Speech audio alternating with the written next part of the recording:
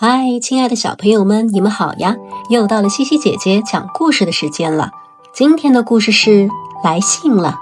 听，故事开始了。这是一个还积着雪的深山小村。今天，山村邮递员又骑着摩托车出发了，越过小河，翻过大山，不管是什么地方，都要把信送到。全平叔，来信了。阿米婶，来信了。宁静的山村里回响起邮递员清脆的叫声。他以为信都送完了，却发现包底下还躺着一封浅绿色的信。什么时候冒出来这么一封信？邮递员把信拿出来，一看收件人的地址，哎呀，这个地址可真是奇怪啊！深山小村巷子山，沿潺潺流水河往上走，走过独木桥，穿过白桦林，水清冈林深处，大水青冈树下，五郎先生收。不管是哪里，人家既然写了地址，咱就得送到。邮递员骑着摩托车朝耸立在小村深处的圆圆巷子山开去。不过还从来没听说有人住在巷子山里呢。一到巷子山的山脚，路就变窄了，到处都是一片片的树林。沿潺潺流水河往上走，走过独木桥。可是潺潺流水河在哪里呢？邮递员正为难呢，水獭跑过来说：“我知道潺潺流水河在哪里，我来带路吧。”水獭跳到了摩托车后边的箱子里，那边就是潺潺流水河哟。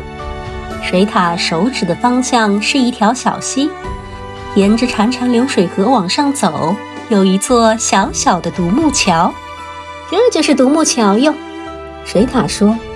邮递员骑着摩托车战战兢兢地开过了独木桥，走过独木桥，穿过白桦林。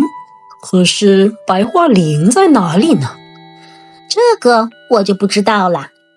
邮递员和水獭正为难呢，兔子跑过来说：“我知道白桦林在哪里，我来带路吧。”兔子也跳到了摩托车后边的箱子里。兔子把邮递员带到了白桦林，穿过白桦林，水清冈岭。可是水清冈岭在哪里呢？水獭和兔子都歪着小脑袋。我知道水清冈林在哪里，我来带路吧。松鼠从树上跑下来，跳到了摩托车后边的箱子里。雪越来越厚了。邮递员和小动物们下了摩托车，朝水清冈林的深处走去。大水清冈树在哪里呢？大水清冈树在这边呢。狐狸跑来给他们带路。这就是大水清冈树，狐狸说。大水清冈树的树根上有一个洞，邮递员冲着洞里喊：“五郎先生，来信了。”从洞里传来了一个懒洋洋的声音：“啊，我还在睡觉呢，你读给我听吧。”邮递员为难了，邮递员是不能念别人的信的。我困得不得了，求求你了，给我念念吧。没办法，邮递员只好打开了信封。浅绿色的信封里是一张浅绿色的信纸。邮递员念了起来：“春天来了。”吭吭吭，从大水清冈树的树洞里钻出来一只大熊。我没听清楚，请你再大声念一遍。大熊一边揉着发困的眼睛，一边说：“好吧。”邮递员深深吸了一口气，又念了一遍。